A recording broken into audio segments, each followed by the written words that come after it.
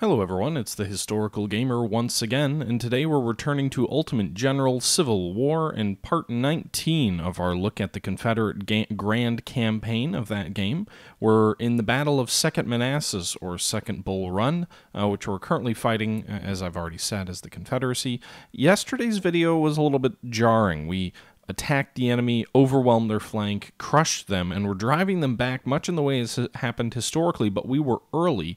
So now all of our troops have been pushed back to the historical starting point to where they were on August 30th of 1862, that day that General Longstreet launched his famous flank attack against the Union forces that were attacking General Jackson. So in that sense, we've got to go back to the drawing board. These troops have already engaged, at least some of them. You can see some of these brigades are below 2,000 men. Meanwhile, Jackson's troops are all pulled out of that strong woodline position that we had accomplished, and they don't seem to be under any pressure from the Union. Maybe they're too battered to attack, I'm not sure, but that certainly wasn't the case historically. The Union continued their attacks on Jackson into the 30th of August. They felt like they were about to break the Confederate line, and just then that Confederate attack was perfectly timed to counterattack the Union positions. So a little bit weird. It's kind of a side effect the way the game handles its scripting in-game or in battle. It's not quite as, to me, well put together in terms of historical variance as Ultimate General Gettysburg is, but it is what it is. And we're into part 19 of this series. Now, this was taken from a live stream from just a couple of days ago, so what I'm going to do is I'm going to go ahead and back out, and I'll leave it to myself in the past. I'll turn it back over to the audio, the live stream commentary, and we'll join it there. I'll meet you guys back up at the end, and I hope you enjoy.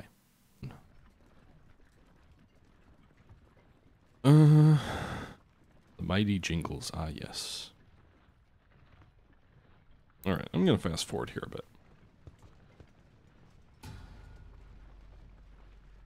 Here comes Porter. He's going to charge us.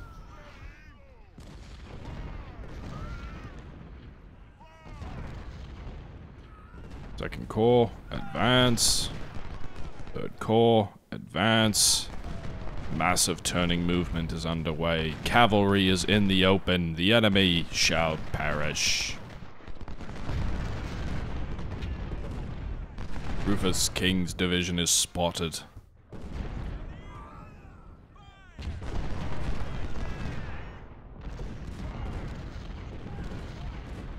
Yep. Well, I think Yankees are in for a rude surprise. Wilcox, really? Your brigade's the one guarding the flank? Well, good luck with that.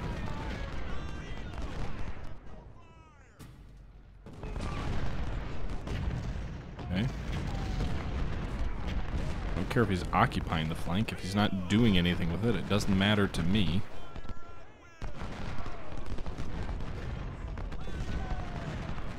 Let's see where everybody is.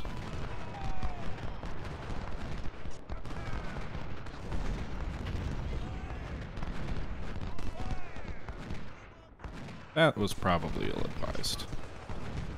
How about you just move up there? Third Corps is beating everybody. Racing toward the rear.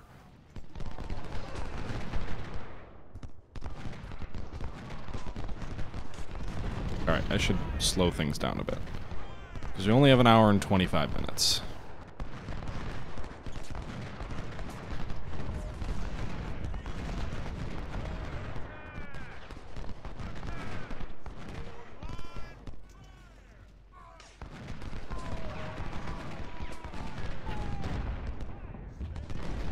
Actually, that is kind of an exposed center there.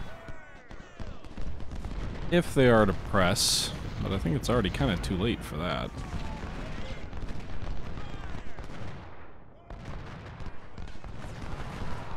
Alright, bring them out of the trenches. Third Corps, I guess you just take your objectives from the rear. You're already kind of there. Meanwhile, these units of the Second Corps can go ahead and form up an attack.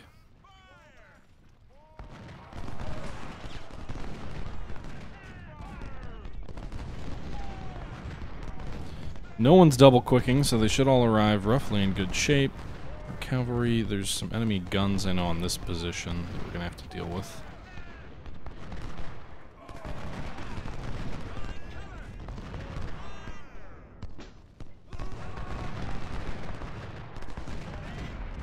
Looks like they destroyed that battery of artillery, which is nice, or at least drove it off.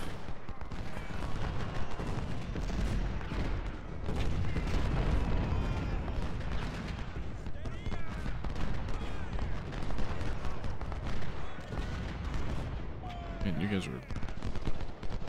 That's why you've got Springfields. Lynch's brigade does not have Springfield. Nice. Alright, so there's enemy brigades on that hill.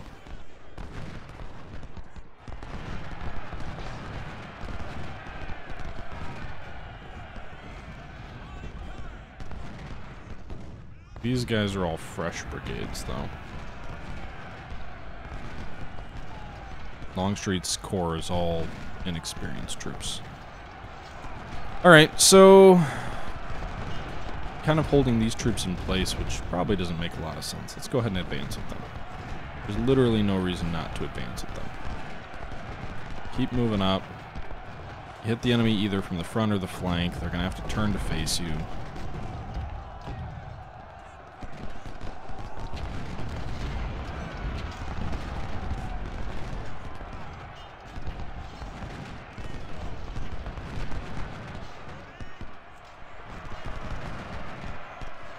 Oh god, Longstreet, get out of there. Don't get yourself killed.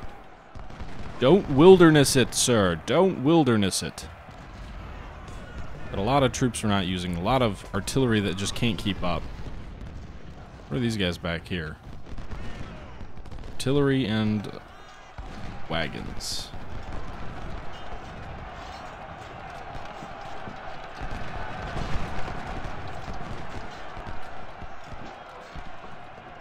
So these guys are all driving back the enemy flank. Keep advancing, keep pushing them back.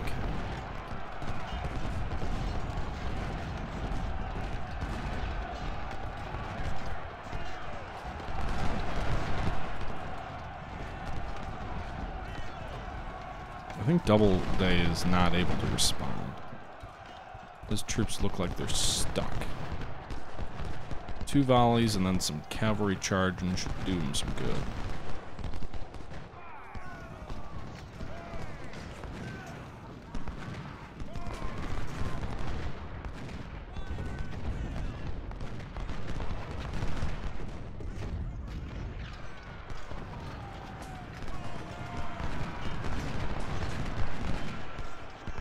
These guys are losing more men than I'd like.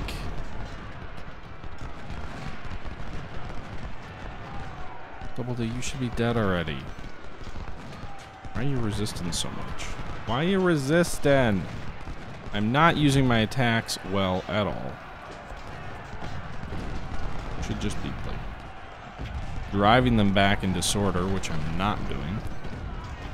Feels like there's no enemy to my front. I'm probably mistaken there. Taking the one objective here in the back.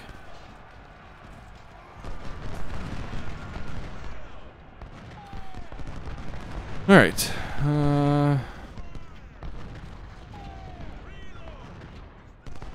Doubleday's retreated. Nice. Or surrendered, more likely. Or more accurately, I should say. Henry Hill is going to be a bit of an obstacle, but we should be able to sweep around it, I think. Got to get our infantry moving. I should be pausing, honestly, and taking stock of things. Ready to counterattack. Okay. Wait, that's not Henry Hill over there? God damn it. Why does it direct you to attack shallow and then... Oh, just kidding. That's not really the objective. Now they're all just going to retreat off this hill because it's no longer a magical hill.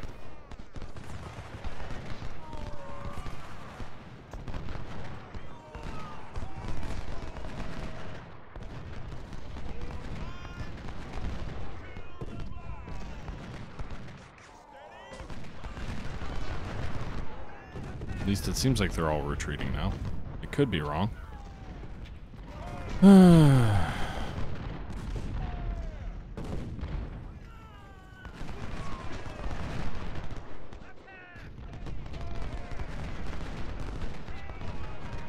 Feels like I'm losing a lot of casualties for no real reason, though. You don't need to do this to win. I've already won the battle.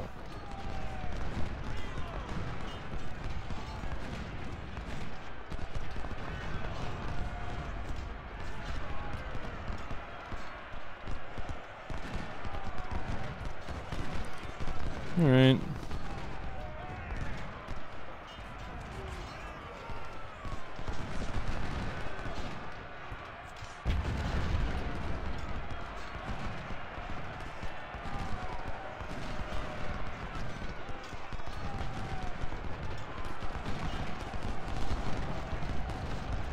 Meade, you should surrender too.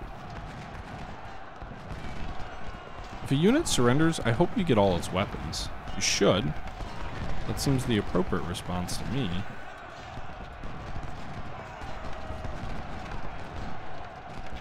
There you go. Good job, Meade. You did your duty. You fought bravely. No reason to die, just for the sake of it. Alright, so we're going to take that rear objective. Cut off their retreat. Hey, more enemy troops surrendered.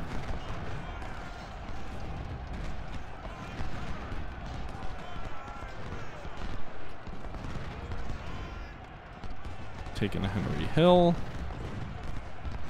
We got troops moving up into position along that hill. Artillery will move up there.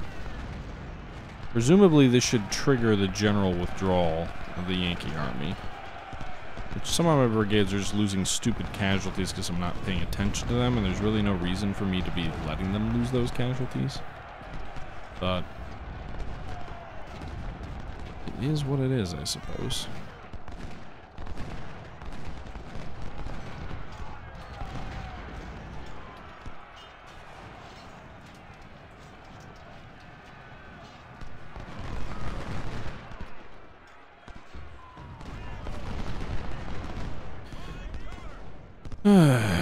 Alright. Keep moving, boys. Keep moving. They should have varying levels of difficulty in this game. Or not difficulty, varying levels. This game would benefit a lot if there were multiple levels of victory. So like minor victories versus major victories versus, you know, all those kinds of nuances, I think, would go a long way to making this game more compelling. I think part of the issue is, like, literally there's no reason that I shouldn't have just sat back on my hill and held it. Because we don't get anything for taking all of these casualties other than some additional weapons, and frankly I'm not convinced they're worth all the casualties we're taking.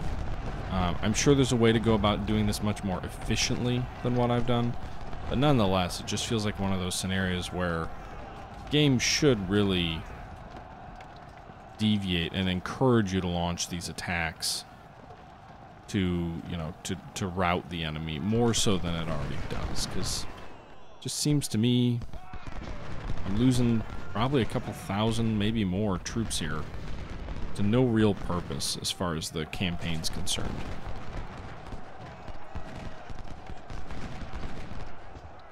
Okay.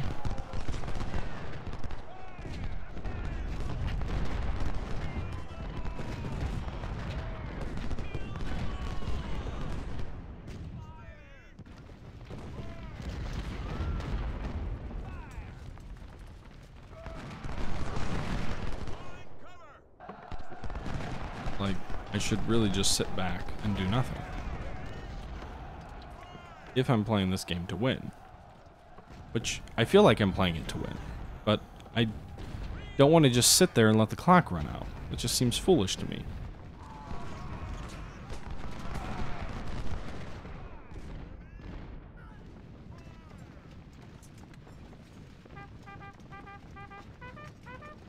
Okay. Really?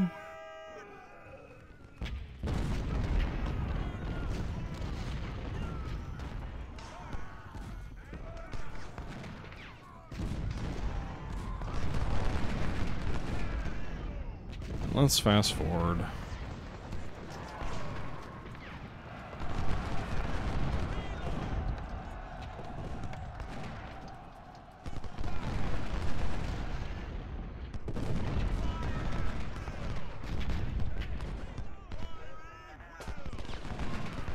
Again, I'm not really trying to bag the whole army at this point because I don't want to take the casualties it's going to take to do that.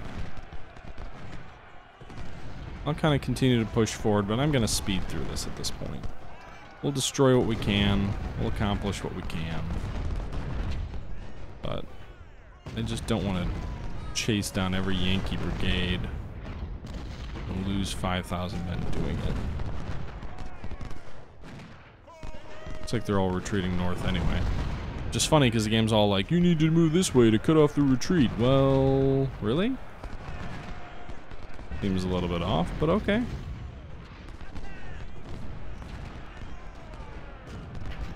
I mean, I think it's clear that I put 100 plus hours into this game. I really enjoy it, but there certainly are flaws to it.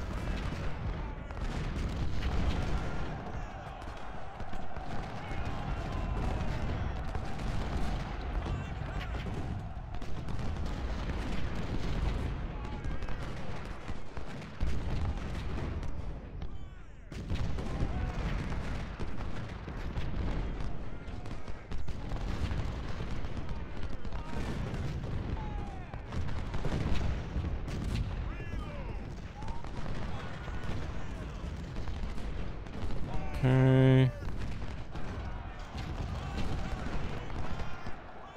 I don't need the battles wherever I want them. It's just... I don't know. Sometimes I think it sticks a little too rigidly to history when the situation no longer even remotely resembles it.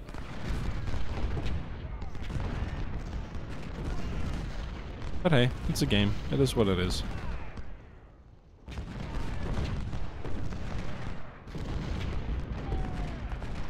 I mean, the enemy could bolt forward if it really wanted to, probably, and take the objective, because I don't have any troops sitting there. I've just kind of left a whole bunch of troops doing nothing, too. All of these guys back here just got left behind by my own carelessness.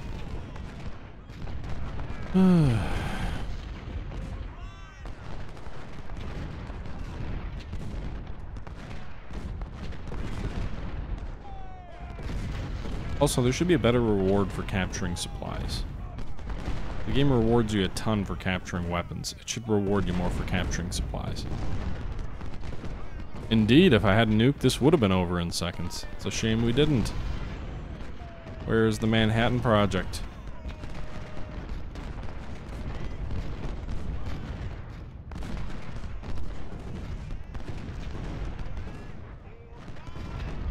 There are no good old days, Purple General, sir. There's only what we have. And it's over. Okay, victory. How many men did we lose? 11,000 casualties. The enemy lost 30,000. There's that. Captured 19 Napoleons. That's nice. Let's see here. 19 Napoleons, 4 10-pound ordnance. Rescued some guns, not many. Good thing we captured 3,000 Enfields because we've got a lot of casualties to replace who had good weapons. Lorenz's, we captured a few. Yeah, okay. So victory. I don't know how much longer Nate Man I'm going to be playing. I might actually be almost done. I need to render at least one video and get it up here. Alright, so medicine will be to 100. That's 20% unit restore, which will be awfully nice. About 6,000 men to replace in the first corps, 4,000 in the second, 2,000 in the third, 642, 12,000. That's going to use almost all of our replacement casualty or replacement troops without even factoring in the cost for the weapons. Let's go ahead and replace the third corps first. They all have Springfield 1842s. I don't think I'm going to be doing anything with anything except rookies for these green young men. Ames soldiers had Lamats. We don't even have enough guns to get them to 750 at a full unit. But we might be able to get them to 500 men relatively inexpensively. Yes, we can. We got 2 20-pounders in stockpiles. It's going to cost 6 grand, but let's do it. It's 6-gun battery for those guys now.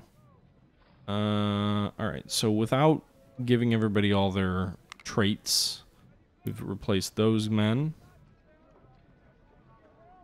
Let's see what we can replace here without losing any star rankings on these brigades. Most of these are 1-star brigades.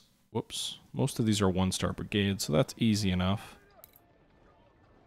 We're losing some experience, but as long as I don't drop a star ranking, I don't care as much. Again, going with all rookie replacements. So far, we have all the guns. I haven't paid that close attention, but seems like we're going to be okay. We had to buy some Mississippis there.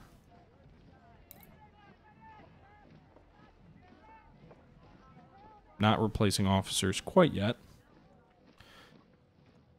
Alright, first corps fixed. Second corps. These guys have 750? No, they had 500. Second corps completely fixed. Minus leaders, etc. And now the first corps. The artillery first. Okay, artillery's done. Now it's on to, well, again, I don't want to have anyone lose a corps, lose a ranking. So some of these guys are going to have to be veterans, which is probably better off for some of these units anyway.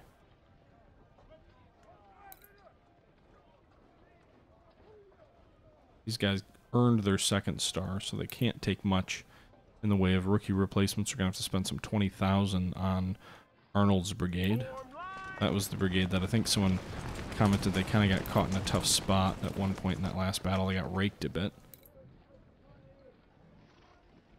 Yeah, I don't think can't use much in the way of rookies. 25. But he gained his 2nd star for this brigade, but they didn't lose as many men. Oates' brigade. That's a relatively inexperienced replacement of its losses.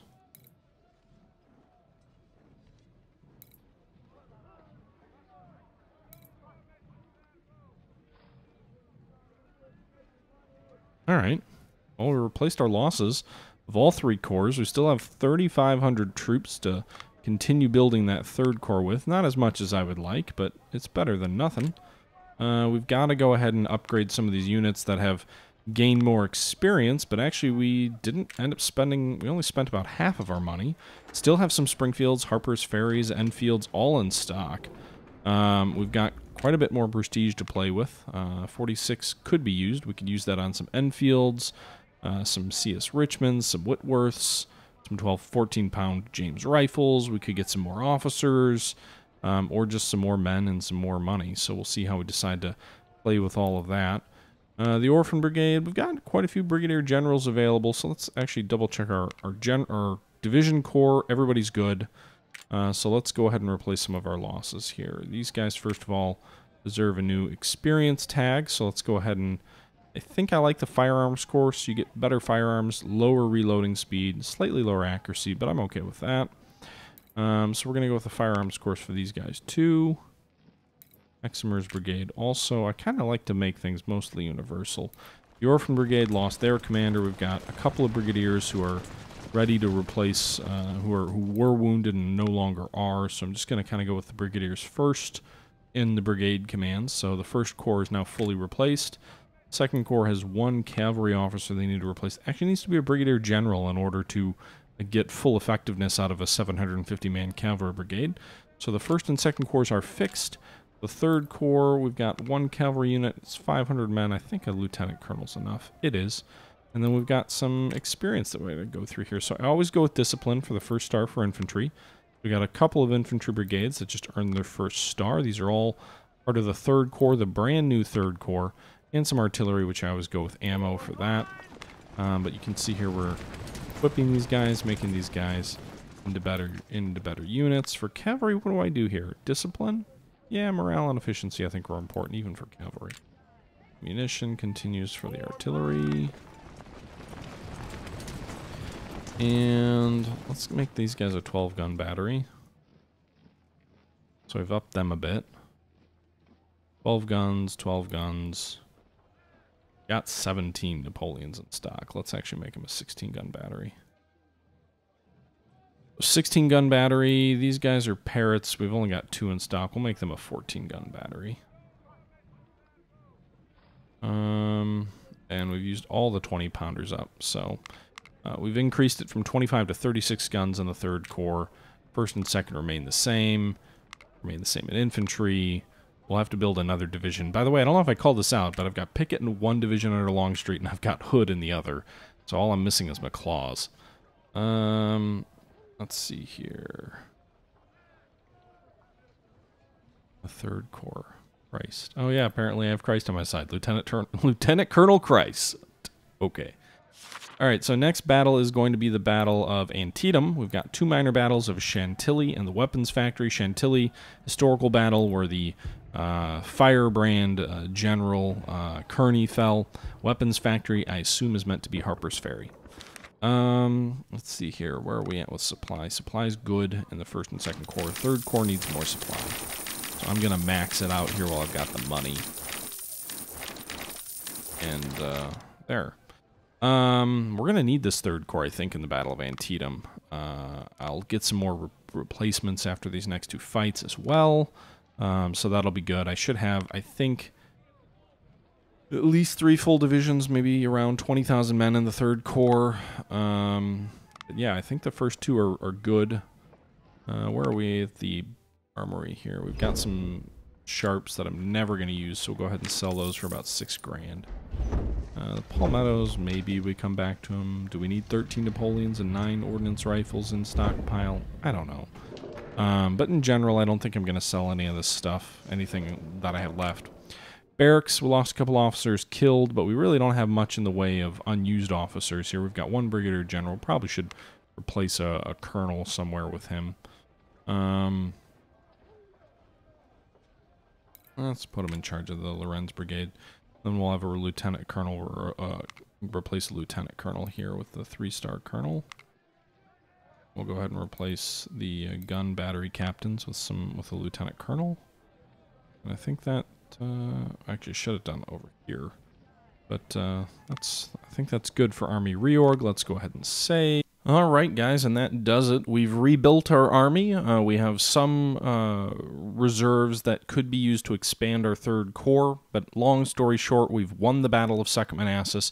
We are now moving into the Maryland campaign of 1862, the first Confederate invasion of the North, which culminates in the Battle of Antietam. We have 2 more minor battles before the Battle of Antietam. We're faced with the Arms Factory, which is, I suppose, supposed to be modeled on the Battle of Harper's Ferry, and then we're also faced with the Battle of Chantilly, which came before that and was the rearguard action at the Battle of Second Manassas, or after the Battle of Second Manassas. Kind of surprising there's no look in there at the Battle of South Mountain as far as I can tell, but we'll see where this goes. With that being said, until next time, guys, I hope you've enjoyed this video. I think we're about ready to jump into the next battle. Everything should be ready to go. It's just a matter of jumping in, fighting, and hopefully winning. But that will be left for our next episode. So with that being said, I'm going to go ahead and leave you here. As always, guys, this is the Historical Gamer saying thank you very much for watching, and I'm out.